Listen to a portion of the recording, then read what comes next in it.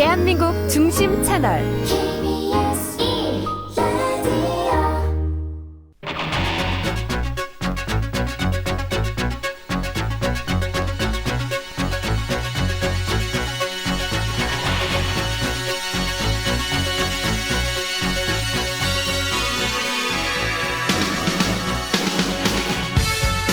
안녕하십니까. 성기영의 경제쇼 플러스 아나운서 성기영입니다.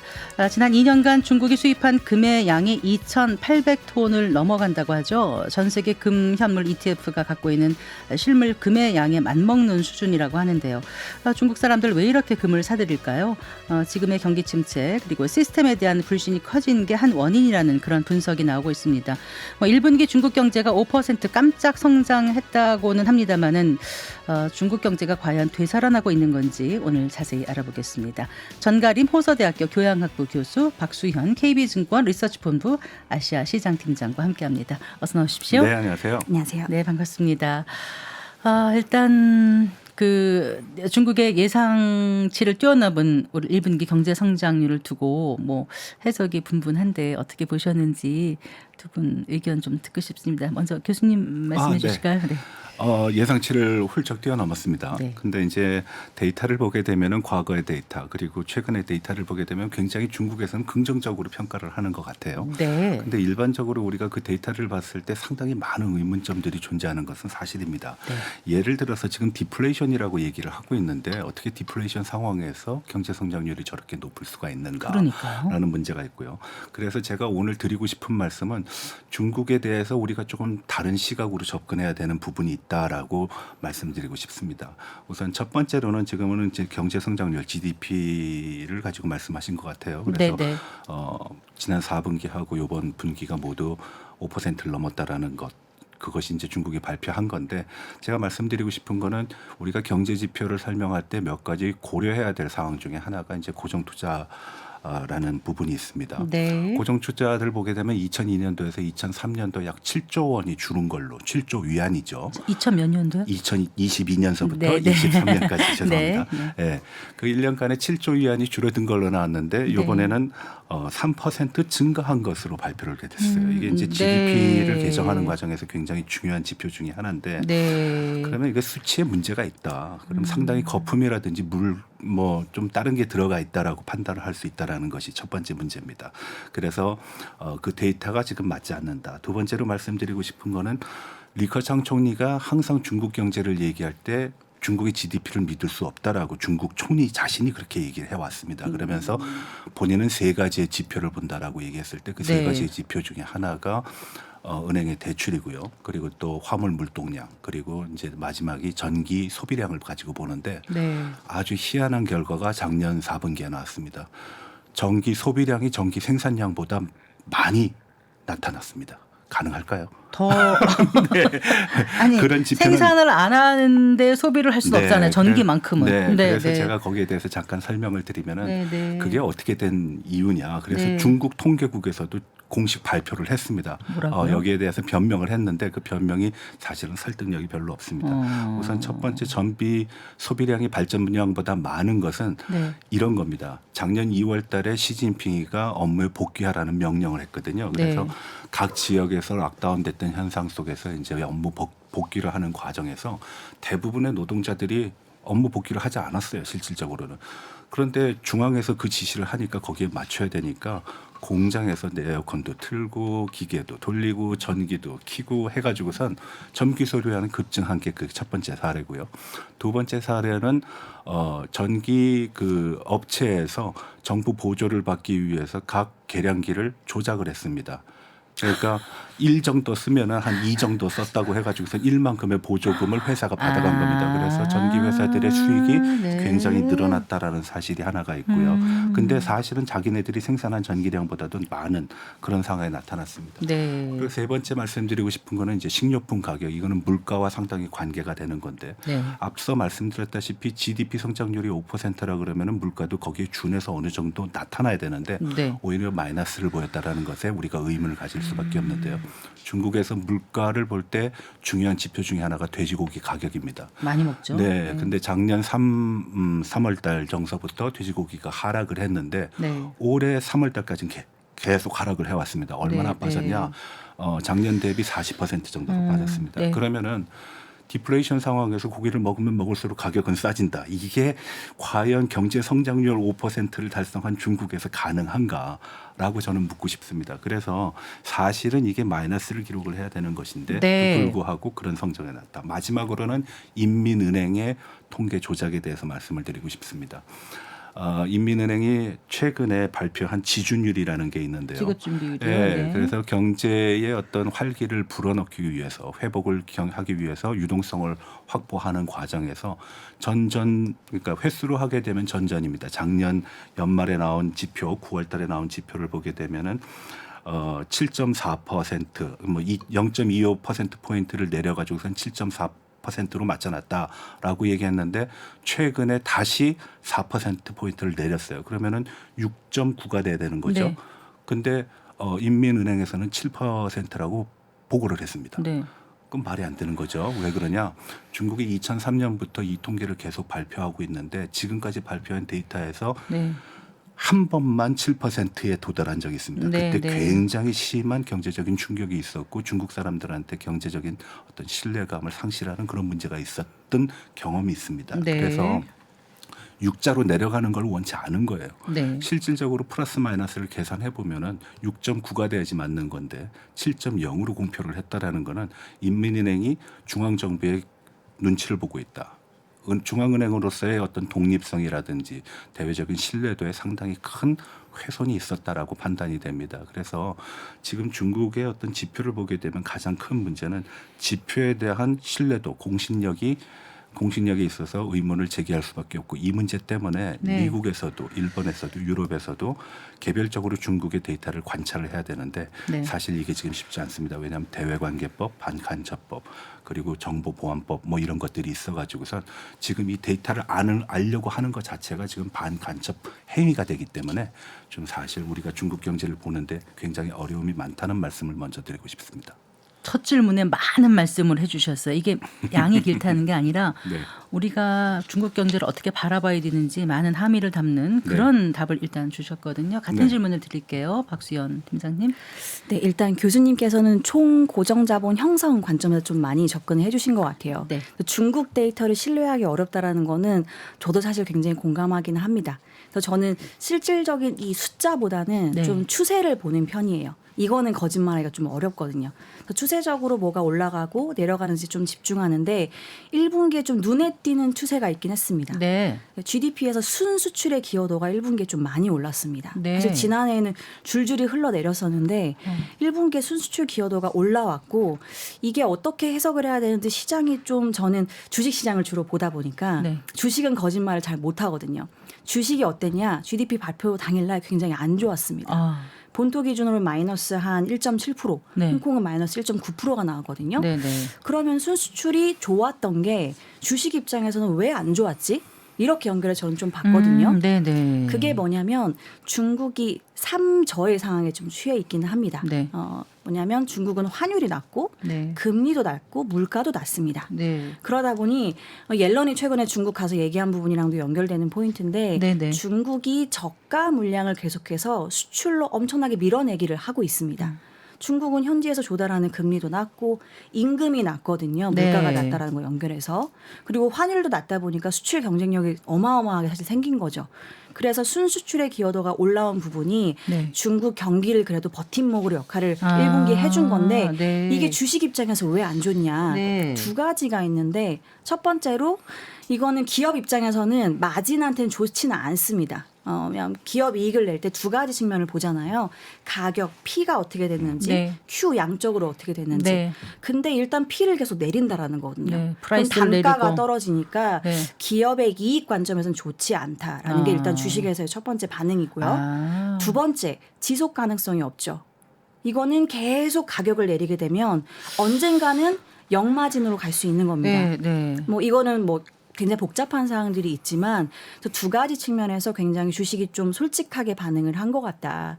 그래서 여러모로 교수님이 말씀해 주신 것도 종합해서 제 거랑 말씀드리면 지금 지표에 대한 신뢰성도 좀 낮은 거 플러스 여러모로 중국의 전반적인 경제 상황이 지속 가능하게 안정성 있게 성장한다고 보기에는 좀 무리가 있었다라는 걸로 연결해서 볼 수 있겠습니다. 그러니까 뭔가 중국 사람들 스스로가 자신의 나라의 경제에 대한 확신이 점점 없어지고 좀 불안감을 갖고 있는 것 같아서 제가 약간 이제 모두에 금을 사고 있는 거를 얘기를 한 거예요. 뭔가가 좀 불안하다 이런 생각이 들거든요.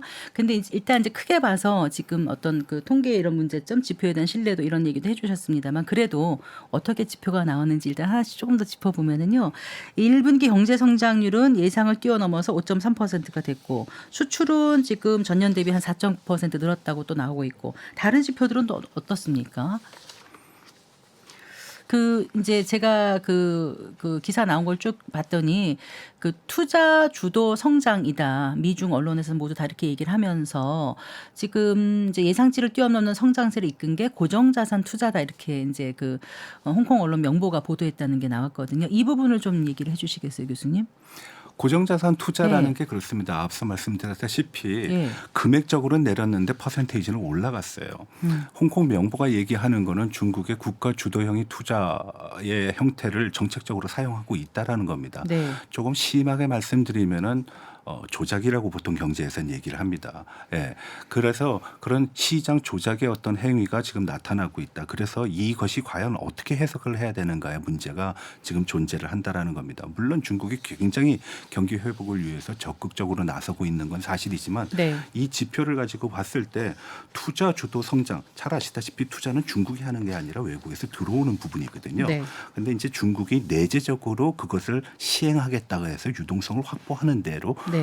투자로 연결시키겠다라는 겁니다. 그래서 기본적으로는 투자가 조금 늘어났다라고 평가를 할 수 있지만 실질적 내용을 보게 되면 우리가 알고 있는 FDI라고 하는 외국인의 투자는 굉장히 외국인 직접 투자요? 네, 굉장히 많이 떨어졌다. 약 마이너스 80% 이상을 차지하고 있다는 점을 좀 참고할 필요가 있습니다. 그럼 고정자산 투자의 투자금은 어디서 나온다고요, 박수연 팀장님? 일단 투자 금액 자체는 여러 가지 채널이 있지만 지금 가장 기여도가 높게 나타난 거. 최근자로는 정부에서 국채를 중국이 엄청나게 찍고 있는 네, 상황이에요. 국채를 찍어서 뭘 하겠느냐라고 정부가 답을 줬는데 네. 중국이 좀 단어들을 많이 만들어내는데 네. 중국 정부가 구형 투자, 뭐 신형 투자 이런 식으로 많이 얘기를 하거든요. 네. 그러니까 이번에 기여도 순으로는 제조업이 제일 높았고 네. 인프라 투자, 그러니까 중국의 고정자산 투자에서 그 다음이 인프라 투자, 마지막에 부동산은 안 좋기는 했었는데요. 네, 네. 제조업은 어찌 보면 아까 제가 서두에서 말씀드린 좀 수출이랑 연결해서 볼 수 있는 부분인 거고 네, 네. 여기는 조금 민간 기업들의 기여도가 높다고 볼 수 있고요. 인프라 투자가 결국 정부가 집중을 하는 핵심인데 여기가 제조업보다는 안 좋았지만은 경기를 지탱해주는 역할들을 지난해는 사실상 좀 톡톡히 했고 네. 1분기는 좀 부족했지만 점점 좀 기여도가 올라갈 가능성이 있어 보이긴 하는데 여기에서 좀 주목하실 포인트는 저는 뭐로 보고 있냐면 아까 그 구형, 신형 이렇게 말씀드렸는데 인프라 투자를 이렇게 나눠서 많이 보거든요. 네. 구형은 전통 인프라라고도 많이 말씀을 드리는데 이게 도로, 철도, 수로 같은 뭐 전반적인 전통 인프라 뭐 이런 것들을 좀 연결해서 볼 수 있고 유틸리티도 여기에 포함이 되고요. 전력 설비 같은 네, 것들. 네. 그리고 신형 인프라는 뭐냐면 AI 통신 반도체 이런 쪽. 정부가 앞으로 데이터 센터 이런 거를 막 확장한다라고 얘기를 하고 있는데 네. 요 두 가지 카테고리를 나눠서 보면 정확히 2022년 정도의 이 사이클을 두고 이전에는 사실 신형 인프라 쪽에 자금이 좀 많이 들어갔습니다. 네. 근데 그 이후에 슬금슬금 구형 인프라, 전통 인프라 쪽에 좀 돈이 많이 들어가고 특히나 올해는 역전이 됐습니다. 아. 그래서 도로, 철도, 수로 같은 거는 옛날에 중국이 경기 부양하기 위해서 글로벌 금융위기 때 주로 이제 많이 돈을 넣었던 그런 분야인 거거든요. 근데 그 이후에는 중국이 어찌 보면은 고부가가치 쪽으로 성장을 하겠다라고 하면서 네. 기술적으로 정부가 돈을 많이 넣었는데 네. 그거를 방향성을 다시 바꾸고 있는 겁니다. 특히나 최근 들어서 네. 왜 그럴까라 생각해 보면 중국의 고용이 상당히 안 좋잖아요. 네. 그러니까 고용을 방어하기 위해서는 고용의 이 승수 효과가 높은 게 뭐냐면 네. 아까 말씀드린 그 구형 카테고리이긴 합니다. 네, 네. 그러다 보니 그런 쪽으로 정부가 고정 투자의 돈을 채권을 발행해서 계속 넣고 있는 상황이고 네. 그런 것들이 어떻게 보면 항목별로 보면 이번에 좀 눈에 띄었던 포인트인 것 같다. 이게 역전된 게 사실 올해 들어서 처음이기는 합니다. 그 중국 경제 성장률 말할 때 명목 GDP가 중요하다. 이건 무슨 얘기예요? 일단은 명목 실질은 사실 네. 명목은 그 가격 변동을 반영하지 않는 거고요. 네. 실질이 이제 반영을 하는 건데 네. 이 두 개의 절대적인 어떤 가치보다도 이것도 전 추세를 좀 보는 편인데요. 추세를 보면 실질적으로 지금 가격 변화를 반영하는 쪽이 상당히 하락폭이 더 크기는 합니다. 네. 그러니까 중국이 아까 말씀드렸던 이 물가를 반영하는 쪽에서의 네. 사실 중국의 경제 성장의 동력이 상당히 약해졌고 네. 그래서 이 부가적인 힘들이 강화되는 게 상당히 좀 중요하고 그래서 정부가 투자를 하거나 아니면 수출에서의 기여도가 올라오거나 네. 이런 것들이 좀 중국의 성장에 많이 중요한 역할들을 하고 있는 상황입니다. 네. 교수님께서 잠깐 말씀하실 게 있는 것 같았어요. 네. 뭐 따로 드릴 말씀은 없고요. 그냥 우리가 보통 1분기의 지표를 보게 되면은 네. 1분기의 지표는 조금 좋게 나오는 것이 일반적입니다. 아. 왜냐하면은 소비 같은 경우를 보게 되면은 구정의 그 소비 기간이 한 일주일 정도 되거든요. 네, 중국에서는 춘절 연휴 때. 한 3번 정도를 1년에 노는데 그 춘절 그리고 노동절 그리고 건국 추석 정도 되면은 그때 한 일주일씩 놉니다. 그 모두 소비 진작을 위해서 과거에는 없었던 건데 네. 최근 몇십 년 전부터 그거를 이제 시행을 해갖고 오고 있다라는 점입니다. 그리고 네. 앞서 말씀드렸다시피 국채를 굉장히 많이 발행하는데 이 국채를 발행하는 데 있어서도 또 몇 가지 우리가 의문점을 갖는 것이 있습니다. 조금 전에 전통적인 거 그리고 신흥산업에 대한 문제를 했는데 네. 대부분이 이게 경제적인 어떤 승수 효과를 구하기 힘든 부분에서 투자가 많이 진행되고 있다라는 거에 더해서 좀 전에 말씀하셨던 것 같이 실업이 굉장히 높게 나타나고 있다라는 겁니다. 네, 네. 그래서 우리가 그 실업을 볼 때 실업에서 중요한 거는 실업에 가려져 있는 사람들입니다. 그게 바로 농민공이거든요. 아, 우리는 보통 네. 젊은 청년들의 어떤 실업을 가지고 많이 얘기를 하는데 사실 농민공의 인구는 상당히 규모가 큽니다. 그래서 그것이 반영돼 있지 않기 때문에 우리가 실업을 볼 때도 보통 학계에서 보는 거하고 아마 산업계에서 보는 건 조금 다른 시각이긴 하지만 그런 문제점들을 우리가 고려한다 그러면은 지금 그 중국의 어떤 투자의 성향이라든지 내용 자체가 좀 시장에서 나오고 있는 답변과는 좀 달리 가고 있다라고 판단할 수 있겠습니다. 네, 지금 이제 그 춘절 연휴 때 그 반짝 되살아났던 소비 심리는 어떻게 계속 이어질지 어떨지 모르겠습니다. 일단 거기도 5월 노동절 연휴가 있습니까? 네, 5월 네. 노동절 연휴가 일주일 정도 진행이 되거든요. 그래서 많은 부분에서는 5월 달을 봐라라고 얘기를 하고 있습니다. 예. 춘절은 사실 규모면에서는 굉장히 커지지만 소비 전 총액 1인당 소비액은 줄어들었습니다. 그래서 네. 이게 상당한 효과가 있다라는 것보다는 아마 시장 경제에 대한 어떤 그 기대감이 상당히 떨어졌다. 그리고 사람들이 굉장히 위축된 소비를 하고 있다라고 평가하는 게 일반적이거든요. 네. 근데 만약에 5월 달에도 그런 현상이 나타나게 되면은 조금 중국의 경제가 장기적으로 문제가 될 것이고 네. 만약에 그것이 하나의 터닝 포인트를 갖고 변곡점을 보이게 되면은 아마 하반기 경제를 긍정적으로 보는 그런 부분도 있을 수 있을 거라고 네, 봅니다. 일단 중국 당국에서는 좀 부진한 경제가 이제 소비 촉진으로 좀 회생이 되면 좋겠다 이런 바람을 갖고 있을 텐데. 작년 경제 네. 공작 회의에서 지금까지 발표된 모든 내용이 다 소비 진작을 위해서 소비에 집중돼 있거든요. 네, 네. 근데 소비라는 게 국가가 주도해서 되기가 굉장히 힘든 부분인데 그쵸. 네. 바로 얼마 전에 발표한 자료가 있습니다. 3월 말에 나온 자료에 의하면은 중국의 14개 부처가 소비 진작을 위해서 모두 나서야 된다 그러는데요. 네. 거기 좀 재미난 거는 공화국도 있고 네. 독립성을 유지하는 데는 중앙은행인 인민은행도 거기에 주체로 나서고 있고 환경생태부도 있습니다. 아, 네. 그래서 소비에 대한 어떤 절대적인 기대감 같은 거는 충분히 반영됐지만 네. 행위 주체에 대한 시장의 객관적 판단은 좀 다르게 나올 거라고 경제 봅니다. 공작 회의라고 하는 건 어떤 거예요? 우리나라로 치면은요. 경제공작회의는 중요하게 한 해의 경제를 마무리하고 다음 해에 대한 경제 정책을 논의하는 겁니다. 네. 그거는 밑에 단계에서부터 하나하나씩 올라가지고선 보통 중앙에서 하는 거는 11월 말이나 12월 초에 진행이 됩니다. 그 네. 경제공작회의를 보게 되면은 다 차기 년도의 경제 정책과 방향성을 어느 정도 파악할 수 있는데 있는데요. 네. 보통 이거는 공개되지 않고 일반적인 아웃라인만 언론 보도로 나오는 형태이기 때문에 네. 그것을 알기 위해서는 좀 개별적인 경로를 통해서 정보를 취득을 해야 됩니다. 알겠습니다. 그 이제 중국 정부는 이제 가전이나 자동차를 새 걸로 바꾸면 이제 보조금을 주는 이구환신 정책을 쓰고 있다면서요, 박수현 팀장님? 그 이제 제품 교체 수요가 늘어나면 이제 공장이 활발하게 돌아가고 그래서 이게 경제 성장률에 영향을 주길 바라는 중국 이제 당국의 어떤 정책이 아닐까 싶은데 이구환신 구체적으로 어떻게 한다는 거죠? 이게 이구환신을 처음 이번에 하는 건 아닙니다. 네. 원래는 중국이 글로벌 금융위기 당시에 네. 이 정책을 써서 굉장히 경제 성장을 잘 이끌었던 경험이 있기는 하죠. 2009년, 네, 10년, 9년, 11년. 10년 그 사이클 네, 네. 했었고 그때 당시에 그래서 우리나라 차화정이 굉장히 좋았습니다. 네. 중국의 이런 내구재 소비가 맞아요. 일어나면서 그래서 이구환신이 나오면 우리나라도 좀 기대를 하는 부분이 없지 않아 있는데 네. 사실 이게 좀 뭐랄까요? 말로는 한다고 하지만 네. 실제 이행이 계속 좀 되기 어려울 거다라고 보는 시각들이 있습니다. 네. 왜냐하면 결국에는 돈이거든요. 네. 재정을 얼만큼 줘서 기존에 쓰던 물건을 가져왔을 때 네. 새로운 물건으로 바꿀 때 어느 정도의 소비 쿠폰, 그러니까 소비를 할 수 있는 이 보조금을 준다는 건데 네. 이 돈이 어디서 나오는가가 사실 굉장히 중요하긴 해요. 일단 예산안 확정이 안 됐습니다. 전체 규모를 얼만큼 줄 건지. 아. 네, 그렇기 때문에 지금 좀 유명무실하다. 에휴. 실제 얼만큼 보조금을 줄 건지가 결정이 안 됐고 두 번째로 중요한 게 중앙정부, 지방정부 각각 몇 대 몇으로 주겠다라는 게 과거에는 명확하게 나왔었거든요. 네, 네. 8대 2 정도 비율이긴 했습니다. 과거에는 중앙정부가 8, 지방정부가 2, 요 정도를 줬었는데 이번에는 사실 제가 보는 관점은 더 낮춰야 될 것 같아요. 중앙정부가 더 많이 줘야 될 것 같습니다. 네. 지방정부가 재정 여력이 없기 때문에 네. 부동산 시장과 사실 지방정부의 재정이 많이 연결되어 있거든요. 네. 부동산에서 얻는 재정 수입이 많기 때문에. 네. 그래서 만약에 9대1 정도다라고 하면 시장이 좀 신뢰를 할 것 같고요. 그게 아니라고 하면 또 실망할 가능성도 있기는 합니다.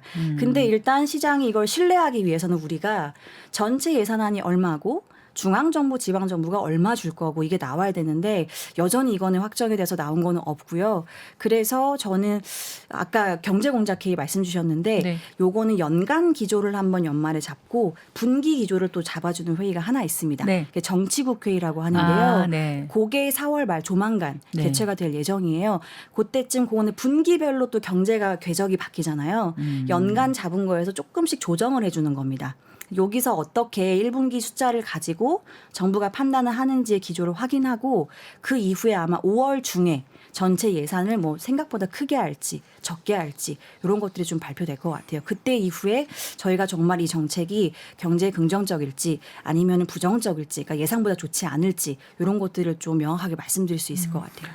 이구환신에 네, 대해서 교수님. 잠깐 말씀드리면은 네. 한 2, 3년 정도는 효과가 굉장히 좋은 것으로 나타났습니다. 근데 3년 후에는 결과적으로는 이 정책이 굉장히 큰 패착이다라는 것이 2009년도 증명이 됐습니다. 그때, 네, 왜냐하면은 해서, 예. 첫 번째는 내구재의 새 거로 바꾸는 것이거든요. 네. 내구재라는 거는 한 번 사용 말 그대로 내구재니까 내구. 오래가 간다는 것입니다. 네. 그리고 쿠폰을 특정 업체에다가 지원을 합니다. 그래서 특정 업체에다가 지원하다 보니까 시장 왜곡 현상이 생깁니다. 아. 경쟁에 의해서 물건을 만드는 것이 아니라 특정 아. 업체가 그 수혜를 그대로 받아가기 때문에 네. 그런 문제점들이 그 후에 나왔기 때문에 리커창 총리가 뭐 살아있을 때 한 말이 있죠. 그 따서의 망관이라 그래가지고서 물을 더 유동성을 더 이상 그런 식으로 공급하지 않겠다라는 표현을 쓴 적이 있습니다. 그 한자를 어떻게 따서요, 망고?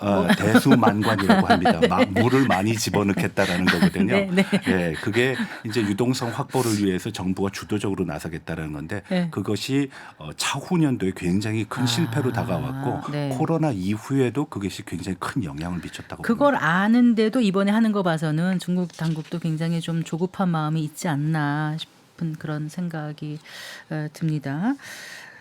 지금 이제 중국이 과잉 생산을 계속 하고 있잖아요. 그래서 이제 다른 나라들에서도 지금 그 지적을 해오고 있고 얼마 전에 이제 옐런 재무장관이 그 전기차 배터리, 태양광 등 과잉 생산에서 전 세계에 피해를 주고 있다고 아주 그냥 공격적으로 이제 발언을 했는데 어떻습니까?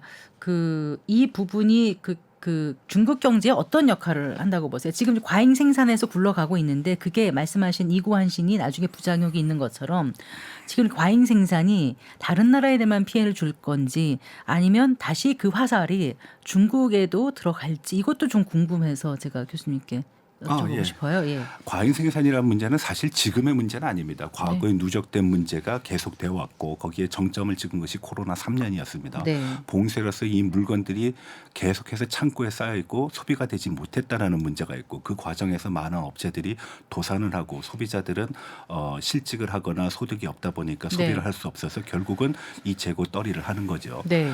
그래서 지금 중국이 당면한 문제의 과잉 생산이라는 건 지금 과잉 생산하고 있는 게 아니라 과잉 생산된 재고를 해결하는 문제가 지금 너무 심각하다. 네. 그래서 다른 표현으로 하게 되면 디플레이션 수출을 하고 있는 겁니다. 물가가 안 좋은 상황을 수출을 해가지고서 하는데 네, 네. 여기는 일종의 트릭이 있습니다. 우리가 1년에 150달러에 대해서는 면세 수입을 할 수가 있는데요. 네. 중국은 450달러 1년 한정입니다. 아. 예, 그래서 1년에 여러 차례 돼도 450달러 이하만 그 면세 혜택을 받는데 우리는 한 회당 150불만 넘지 달러만 않으면 넘지 않으면 면세를 면세. 혜택을 받습니다. 네. 그래서 지금 알리나 테무 같은 업체들을 통해 가지고서 계속 해외로 밀어내고 있는 상황이 네. 바로 그런 상황이고요.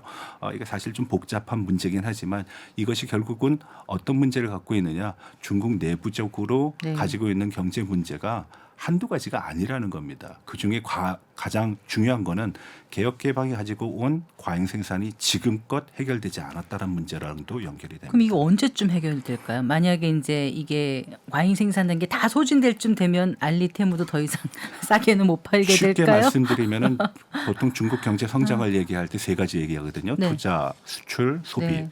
제일 먼저 투자가 돼야 됩니다. 네. 그래야지 수출이 잘 되고요. 수출이 그쵸. 잘 돼야지 또 주머니에 돈이 있으니까 소비를 잘하게 됩니다. 선순환이 그래서 이루어지죠. 중국의 지표를 보게 되면은 네. 수출 실적이 좋아야지 소비도 늘어납니다. 네. 수출 실적이 하락할 때는 소비도 굉장히 안 좋았습니다. 네. 그래서 일단은 중국이 수출 주도형 산업 구조의 어떤 혜택을 지속적으로 유지하지 않으면 이 문제는 쉽지 않다라고 봅니다. 네, 곽수연 팀장님 하실 말씀 있으신 것 네, 같아요. 그래서 말씀 주신 거랑 연결해서 네. 저도 사실 굉장히 집중해서 보는 게 소비에 앞단에 있는 게 결국은 고용이기 때문에 네. 고용의 전체 총량적인 증가랑 감소를 좀 많이 보는 편이거든요. 네, 네. 거기에서 제가 좀 눈여겨보는 게 외자 기업들의 기여거든요. 그러니까 외국계 기업들이 얼만큼 중국 고용에서 기여를 하고 있는지. 네. 그러니까 이게 원래는 생각보다는 컸습니다.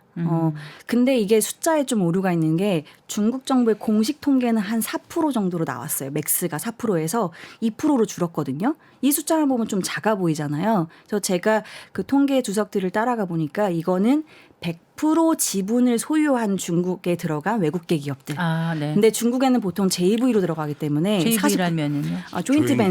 벤처. 네. 그래서 49% 지분만 들고 가는 경우가 많았어요. 네. 이거를 합산해서 제가 추정해 보니까 고용이 거의 10% 정도에 달했는데 네. 이게 지금 5%로 줄은 겁니다. 아. 그런데 이거는 돌아오지 않을 고용인 거거든요. 중국에서 공장을 철수하거나 실제로 아. 이러한 영향들이 고용에 꽤 충격이 컸던 겁니다. 네. 그래서 사실은 어찌 보면 수출이 좋아지는 게 지금은 더 중요하죠. 이들이 이미 떠난 고용들이 많기 때문에. 네. 그리고 두 번째로 제가 좀 집중하는 포인트는 좀 정치적으로 보는 부분도 있는데 글로벌 사회에서 네. 중국을 왕따시키고 있는 거거든요. 미국 주도로. 사실 IRA 법안이라는 걸 통해서. 패권 경쟁에서 네. 이제 서로 뭐 지지 않는 싸움을 하려는 거죠. 네. 네. 그래서 어찌 보면 중국을 계속 배제하고 있는 상황인데 동맹국들한테 계속 연합하라라고 미국이 압박을 하고 있는 계속 상황이고. 그런 모양새죠. 그러면 중국 입장에서는 뭘 해야 될까요?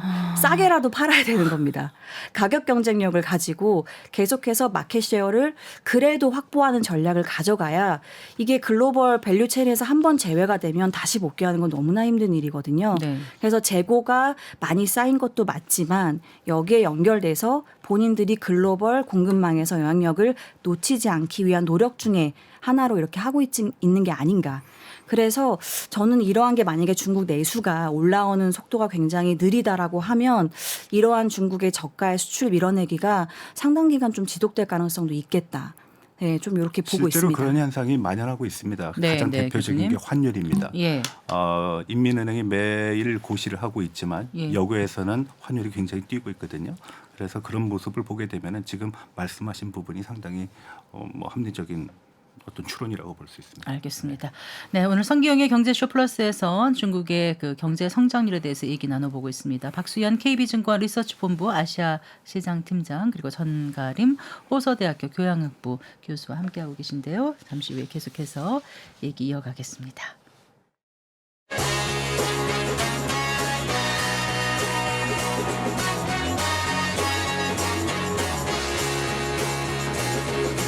경제 시야를 넓혀드립니다. 투자의 지름길을 안내합니다. 돈 되는 정보를 발견하는 시간. KBS 1라디오 경제쇼.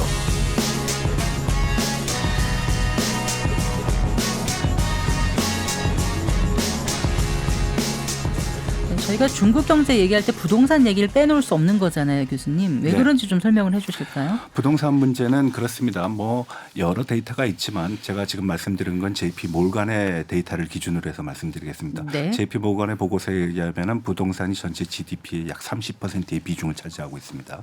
그리고 부동산업이라는 거는 상하류의 어떤 연관 업체들이 굉장히 많기 때문에 중국 경제에서의 파급 효과가 굉장히 전후방 큽니다. 연관 효과가 크다는 네. 말씀이시죠? 그래서 네. 그 연관 효과를 어떻게 보느냐?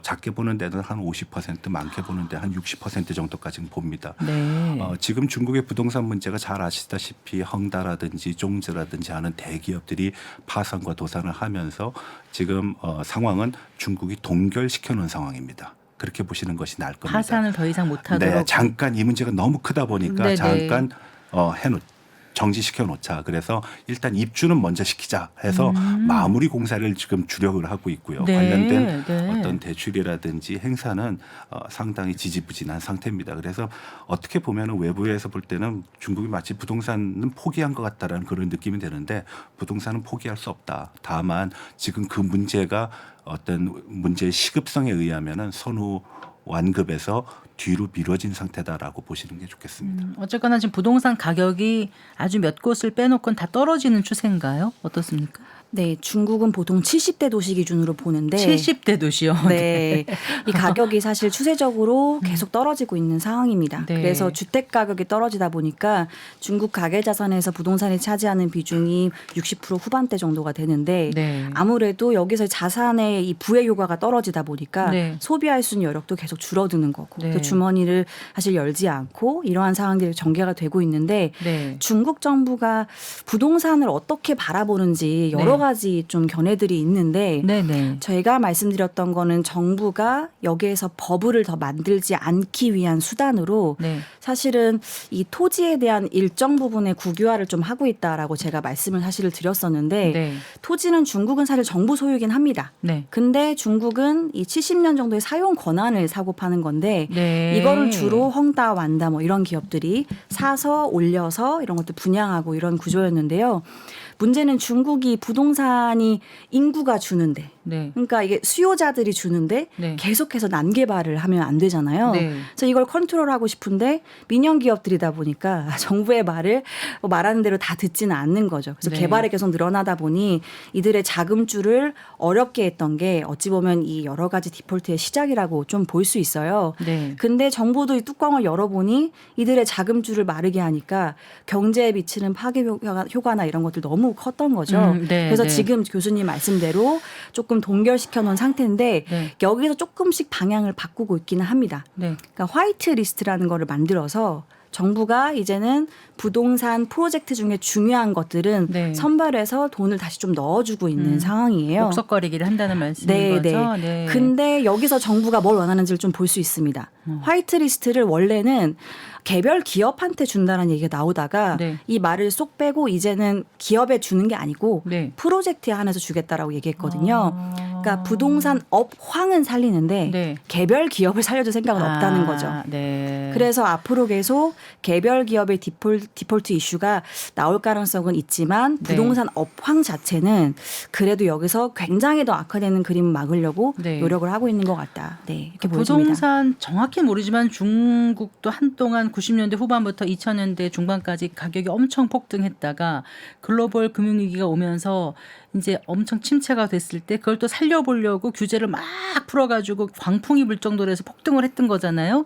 그러다가 이제 몇 년 전부터 다시 좀 뭔가 이렇게 좀 조절을 하고 있는 것 같은. 그러니까 너무 폭등을 하다가 이제 올라가다 보니까 이제 이게 버블이 터지기 시작한 거는 우리하고 좀 비슷한 것 같긴 한데 여기서 궁금한 거는 이제 아까 그 누군가가 집을 사줘야 집값이 올라가는 거잖아요. 그런데 이제 자가 보유율이라든가 중국인들이 그 부동산을 바라보는 시각이 어떤지에 따라서 부동산 시장이 스스로 체력을 회복할 수 있을지 없을지 이게 궁금하거든요. 그 부분 네, 박수현 사실 팀장님. 공식적으로 중국 정부가 네. 중국의 주민들이 보유하고 있는 주택 보유량 자가 보유율을 공식적으로 발표한 건 없기는 합니다. 없어요. 근데 대략적으로 여러 가지 외국계에서나 그리고 중국의 일부 연구소에서 발표한 것들을 참고해 보면 평균적으로 한 80% 정도 수준을 보는 것 같아요. 꽤 네, 높아요. 네, 네. 왜냐하면 중국은 공산당 국가였기 때문에 사실은 주택을 보급을 했었죠. 각 가게별로. 그리고 이거를 98년도에 시장화하면서 네. 기존에 살고 있는 주택을 비교적 그래도 합리적인 가격으로 살 수 있게끔 하면서 그때 빈부격차가 엄청 심해진 거죠. 내가 상하이에 그냥 살고 있었는데 네. 상하이 집을 보급받았으니 네. 여기는 그때 이후로 도시화라든지 FDI 같은 유입이 엄청 되면서 주택 가격이 굉장히 많이 오른 거고 네. 상대적으로 다른 지역들 우리나라로 치면 이제 수도권이 아닌 지역들 외곽, 같은 경우는 네. 가격이 적게 오르고 해서 빈부격차가 많이 생겼는데 어쨌든 이 가격이 굉장히 그때부터 많이 올라가는 사이클로 좀 전개가 됐다라고 볼 수 있습니다. 이게 부동산이라는 게 토지 문제랑 관계가 되는데 토지가 제한적인 거잖아요. 한계가 그렇죠. 있는 거잖아요. 근데 그걸 정부가 더 조여가지고선 파는 경우입니다. 근데 문제는 뭐냐 하면은 이것이 너무 희소하다 보니까 당연히 시장 가격은 올라가는 구조로 돼 있어요. 근데 이 올라가는 구조에 편승하려는 개인의 네. 개인의 어떤 자산의 60%, 기업의 한 70%가 네. 부동산 투자에 몰려 있다 보니까 네. 지금 문제가 터지면은 과거에 우리가 서브프라임 모기지에서 나타났던 것과 같이 네.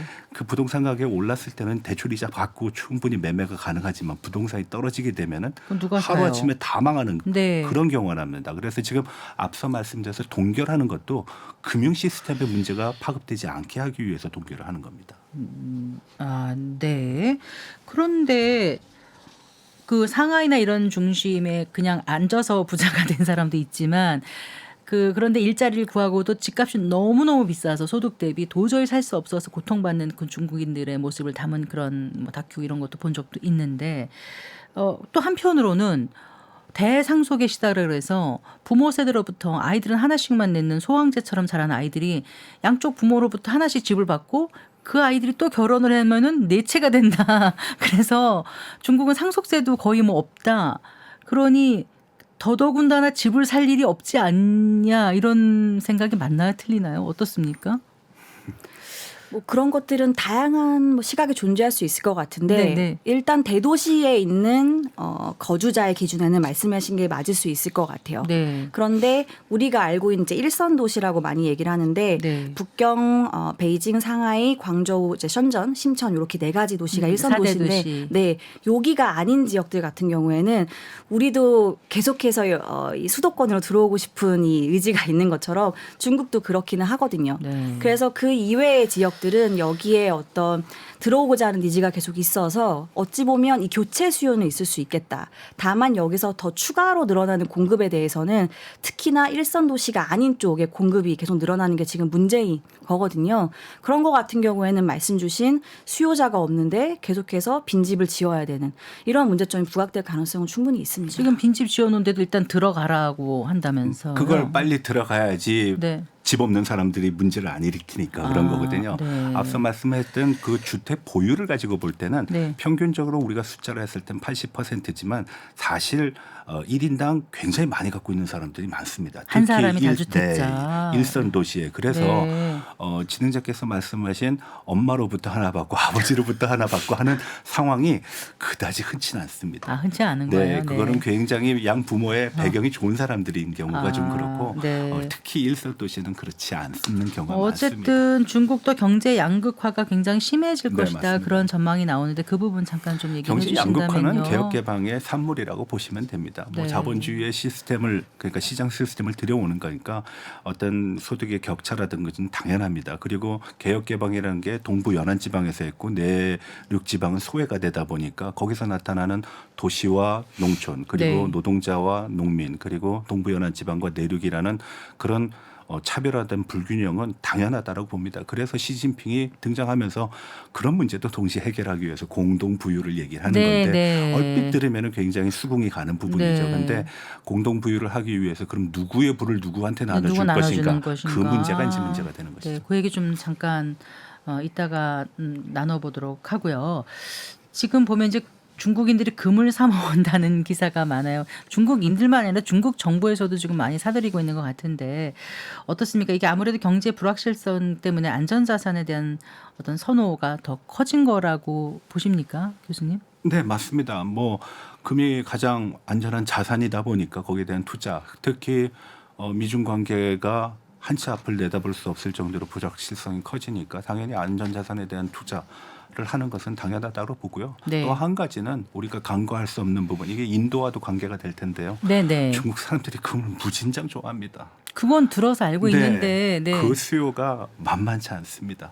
네. 근데 왜 인도하고 관계됐다는 건 무슨 인도 말씀이세요? 사람들도 마찬가지거든요. 그것도 알고 있는데 네. 치렁치렁 금장식 많이 그래서 하잖아요. 네. 금에 대한 소비가 굉장히 많습니다.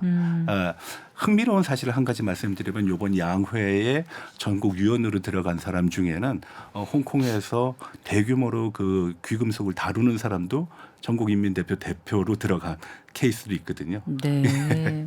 전국 인민 대표자 대회. 네, 양회 열릴 때 전국 대표입니다. 아, 그렇군요. 그게 단순히 그런데 금을 좋아하기 때문에 금을 사 모으는 건 아닐 거 아니에요, 교수님? 금이 여러 가지 효과가 있죠. 선천적으로 좋아하는 것도 한 부분, 그리고 투자 자산으로의 한 부분, 경제에 대한 불확실성이 또 한 부분. 네. 이거 굉장히 중요합니다. 왜냐하면 네. 우리가 지금 뭐 중국 경제를 얘기할 때 가장 설명하기 힘들고 가장 해석하기 힘든 부분 중에 하나가 코로나 3년입니다. 그게 무슨 한번 말씀이세요? 보실까요? 네. 코로나 3년 동안 락다운 됐던 사람들이 직장에 나가지 않았으면 그 사람들은 월급을 받았을까요? 안 받았을까요? 못 봤죠. 예, 못 네. 받죠. 네. 예, 무노동 무임금이니까. 그러면 그 사람들이 과연 3년을 버텼을 수 있을까? 그랬던 사람들이 가계저축을 했던 사람들이 그러면은 현재 위안화라고 얘기하는 RMB에 대한 신뢰도가 높을 수 있을까? 당연히 금에 대한 소비가 늘어났죠. 그래서 잘 아시다시피 리오프닝 되는 과정에서 두 개의 소비 그리고 락다운 상황에서 한 개의 가전제품이 굉장히 중국에서 많이 팔렸습니다. 락다운 과정에서는 냉장고 수요가 폭발적으로 증가합니다. 가다 놓으니까 먹을 걸 재워놔야 된다는 거죠. 그리고 리오프닝 수준에서는 조금 전에 말씀하신 금 네. 소비가 늘어났고 그리고 식품 소비가 늘어납니다. 예, 그런 특징이 있습니다. 아무래도 부동산 지금 이제 부실 사태가 전 세계가 주목했을 정도로 심각한 거였잖아요. 근데 지금 막아놨다고 말씀하셨는데 그것도 해결이 안 됐고 뭐 부동산 투자도 어렵고 주식 시장도 안 좋고 중국은 비트코인 같은 그 가상화폐 안 되죠. 네, 안 되죠. 그러니까 돈이 있어도 투자할 때가 마땅하지 않고 또 하나 이제 중국 경제가 살아난다고 하더라도 기존의 어떤 그 부실 은행이나 신탁 중에서 고객에게 돈을 제대로 돌려주지 못할 곳이 있지 않을까라는 불안감도 있지 않을까요? 그 시스템적으로 어떻게 보세요? 그래서 저는 이게 백지 시위랑 금의 소비도 좀 연결해서 볼 수 있는 것 같아요. 무슨 말씀이세요? 정부에 대한 불신. 네. 네, 그러니까 정부가 하는 정책이 나를 앞으로 보장해주지 못하겠다. 네. 그러다 보니 안전자산으로 도망가고 있고 글로벌 안전자산은 달러랑 금인데 네. 사실 달러는 중국 입장에서는 이걸 늘리기가 중국 국민들도 좀 불안하죠. 미중 갈등이 어떻게 될지 그렇죠. 모르겠고 네, 그리고 네. 여기는 외환을 보유할 수 있는 이 리밋을 중국 정부가 정해놨기 때문에 그러면 리밋이 없고 안전자산이면서 네. 앞으로 장기적으로 그래도 가치를 좀 긍정적으로 바라볼 수 있는 게 뭘까? 결국에는 금이 되지 않았나라는 생각이 들고요. 네. 그래서 정부의 불신이 커질수록 중국 국민들의 금에 대한 보유량이 커질 수 있을 것 같고 여기에 연결돼서 중국 정부 정부도 네. 외환 보유고에서 미국 국채를 줄이는 것만큼 금을 굉장히 많이 늘리고 있습니다. 지금 외환보유고에서 금 차지하는 비중이 뭐 4.6%인가 그렇다고 하던데. 추세적으로 굉장히 빠르게 늘어나고 네, 있어요. 5년 전만 해도 3%도 안 됐다고 네, 맞습니다. 하던데. 네. 네. 그래서 정부는 사실 글로벌 이 패권 경쟁에서의 본인들의 유리한 어떤 지점을 찾기 위해서 금을 보유하는 것이고 중국 국민은 네, 어찌 보면 정부 정책에 대한 실망감의 축적으로 네, 금에 대한 보유가 좀 네. 많아지는 게 아닌가 그렇게 좀 보고 있습니다. 아, 그렇군요. 뭐 젊은 층까지 한 달에 뭐 얼마 아주 작은 1g짜리 금콩 모으기 나섰다고 하던데 그럼 교수님 보시기에는 앞으로도 금 수요는 당분간 계속 금 수요는 된다고 상당 보시는 기간 거죠? 갈 겁니다. 네. 네. 그리고 좀 지금 어려운 나라들은 다 금을 모으고 있습니다. 네, 뭐 러시아도 그렇고 중국도 네. 그렇고. 네. 네, 그렇군요. 근데 전통적인 금 시장에 이제 MZ 세대들까지 뛰어들었다고 해가지고 아주 흥미롭게 기사를 봤습니다. 이제 조금 더 얘기를 나눠볼게요. 그 중국 부동산 비롯해서 이제 전반적인 그 경제가 살아나려면 아무래도 이제 당연히 내수 중요하지만 계속 외국인 직접 투자 말씀하셨지만 투자도 중요하지 않습니까? 그런데 이제 최근에 미중 갈등 깊어지면서 그러니까 각국의 이제 규제, 특히 미국의 그 중국에 대한 규제가 강화되고 있는데 어때요? 이제 더 이상 글로벌 기업들이 싼 가격만 보고 중국에 머물 수 없는 이런 상황인 것 같고 이런 현상이 더 심해지면 어떤 지형이 펼쳐질 거라고 보시는지 금융권에 계시니까 좀 여쭤보고 싶습니다. 이게 금융권에서 바라보는 시각이랑 또 실제 현업에서 중국에서 공장을 가동하시는 분들이랑 좀 시각이 많이 다르시기는 하더라고요. 그래요? 네. 일단 저의 입장에서는 일단 중국에 들어가서 기존에 생산하시던 분들이 미국에 수출을 하지 못할 리스크가 커진 거니까 네. 빠르게 저는 줄이실 거라고 봤어요. 아, 근데 생각보다 좀 더디더라고요. 네네. 그래서 왜 그럴까를 하고 현업에 계시는 지인분들께 통해서 여쭤보니까 중국의 임금이 떨어지고 있다고 제가 말씀드렸잖아요. 네. 그러니까 중국에서 생산을 하는 생산자 입장에서는 가성비가 생긴 거죠. 임금이 떨어지는데 중국은 사실 이 생산을 하기 위한 인프라는 굉장히 좋거든요. 인도는 운송망 엉망이고요. 아직 네. 전력 공급도 좋지는 않습니다. 네. 근데 중국은 이 두 개가 좀 완벽하다라고 볼 수 있어요. 여기다가 임금이 떨어지고 있다 보니까 이거를 빨리 접고 가야 되는가에 고민이 대한 되는. 고민을 굉장히 많이 하시더라고요. 네. 그래서 한 단계 더 이제 단계식으로 중국과 미국과의 이 경쟁이 강화된다고 하면 단계가 한 단계 굉장히 빠르게 올라가기 전까지는 네. 생각보다 속도가 좀 더딜 수도 있겠다. 그런 생각도 좀 듭니다. 알겠습니다. 그 전가림 교수님 네. 여쭤볼게요. 그런데 그 시진핑 정부가 부패 척결을 위한 고강도 사정하고 있다면서요. 네. 근데 특별히 또 올해는 경제 금융 분야 이 사정이 집중된다고 하는데 경제를 살리려면 그렇게 하는 게 맞는 건지 아니면 보여주긴 건지 네, 시진핑의 속내는 무엇인지 부패와 네. 관련돼서는 마치 시진핑의 트레이드 마크 같습니다. 2012년도 당대회를 통해 가지고 등장을 하면서 네. 13년도부터 강조했던 것이 창홍다해라 그래가지고선 공산당 사회주의를 노래하고 그리고 부패를 척결하겠다. 그래서 위로는 뭐 날아다니는 파리조차 그러니까 하급 네. 관료들도 이제 부패하면은 때려잡겠다라고 얘기했는데 한동안 잘 해오다가 한 8년 차쯤서부터 부패 문제가 좀 사그라들었습니다. 그때가 이제 또 그 바로 뒤에 코로나가 연결되기도 했고요. 최근에 부패 문제가 관계돼 가지고서 몇 가지 사안을 들여보면은 네. 뭐 과거부터 부패를 했던 사람이 다시 새롭게 밝혀졌던 케이스가 하나고요. 네. 또 하나는 앞서 말씀드렸다시피 데이터의 조작 과정에서 나타난 현상입니다. 대표적인 사례를 하나 말씀드리면 올 초에 네. 중앙 각 지방에서 올해 경제 성장 목표치를 어떻게 할 것이냐 하니까 31개 성시에서 각자의 그 경제 성장률 목표치를 발표를 했어요. 네, 네. 근데 나중에 보니까 다 다 숫자를 조작하고 같죠? 데이터를 해가지고선 네. 통계국하고 그리고 저기 공안에서 네. 2만 명의 사정단을 구성을 해가지고선 그때 엄청나게 많이 잡아들였습니다. 네. 그 데이터가 아마 지금 보시는 데이터일 겁니다. 네. 창홍다해는 뭐였어요?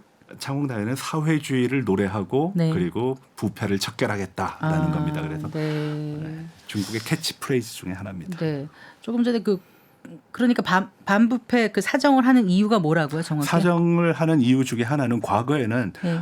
자기의 숙적을 척결하는 부분, 숙청이라는 시각에서 접근하는 경우가 많았습니다. 그러다가 최근 들어서는 기존에 있었던 부패 문제, 자기의 어떤 자기의 어떤 그 내부자들이죠. 네. 가장 가까운 사람들의 어떤 부패 문제가 드러나면서 그 문제를 척결해야 되는 것도 하나 있고 또 한 가지는 지표를 달성하지 못하면은 처벌을 받거나 해임이 됩니다. 네. 그러니까 그게 두려워서 숫자를 또 조작하는 그런 관료들을 또 잡아내는 그래서 숫자를 조작해도 잡아내고 숫자를 또 잘못된 숫자를 얘기하는 것도 또 잡아내고 어쨌든 잘하라 이런 뜻이죠. 네, 시그널을 맞습니다. 주는 그러니까 거죠. 강한 드라이브를 거는 거라고 해석을 하시면 됩니다. 그 공동부유 아까 2번 정도 말씀해 주셨는데 어쨌든 그러니까 이 정책을 전면에 내세워서 그 지금 민영 기업들의 기부를 지금 좀 독려 혹은 강화하고 있는 것 같은데 어떻습니까? 민영 기업에 대한 어떻게 보면 통제이기도 하잖아요. 이게 어떤 영향이 있을 거라고 보세요, 박수현 팀장님? 네. 네, 이게 일단 경제에는 굉장히 안 좋았죠. 청년 실업이 저는 굉장히 안 좋아진 중요한 요인 중에 하나라고 보거든요. 뭐가요? 왜냐하면 민간 기업들을 네. 공동부유하면서 규제를 하기 시작했습니다. 네, 네. 일단 제일 먼저 시작했던 게 사교육. 공동부유 관점에서 모두 다 동일한 수준의 교육을 받아야 되는데 네, 사교육은 가격이 어찌 보면 내가 지불하는 의지가 있으면 굉장히 많이 지불해서 교육을 많이 받을 수 있는 거잖아요. 네.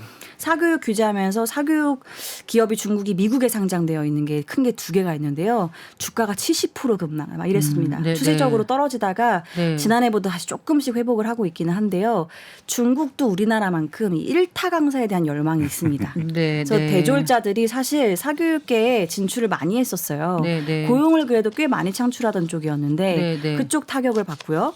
그다음에 뭘 규제했냐면 약가 같은 거 이것도 모두 다 동일하게 누려야 되는데 네. 헬스케어 산업을 막 규제를 하다 보니까 네. 헬스케어도 당연히 대졸자들이 선호하던 직종 중에 하나였는데 여기도 고용을 당연히 많이 할 수 없겠죠. 네. 정부가 계속 억압을 하니까 아. 여기서 이제 끝판왕이라고 볼 수 있는 게 전자상 거래. 네. 중국의 네노라는 사실 브레인들은 중국에서는 원래 네. BAT에 들어가는 게 굉장히 네. 큰 어떻게 보면 목표 중에 하나였어요. 네, 바이두, 네. 알리바바, 네, 텐센트. 네. 근데 이들 기업을 막 규제하다 보니까 사실 새롭게 투자할 수 있는 동력을 잃어버린 거죠.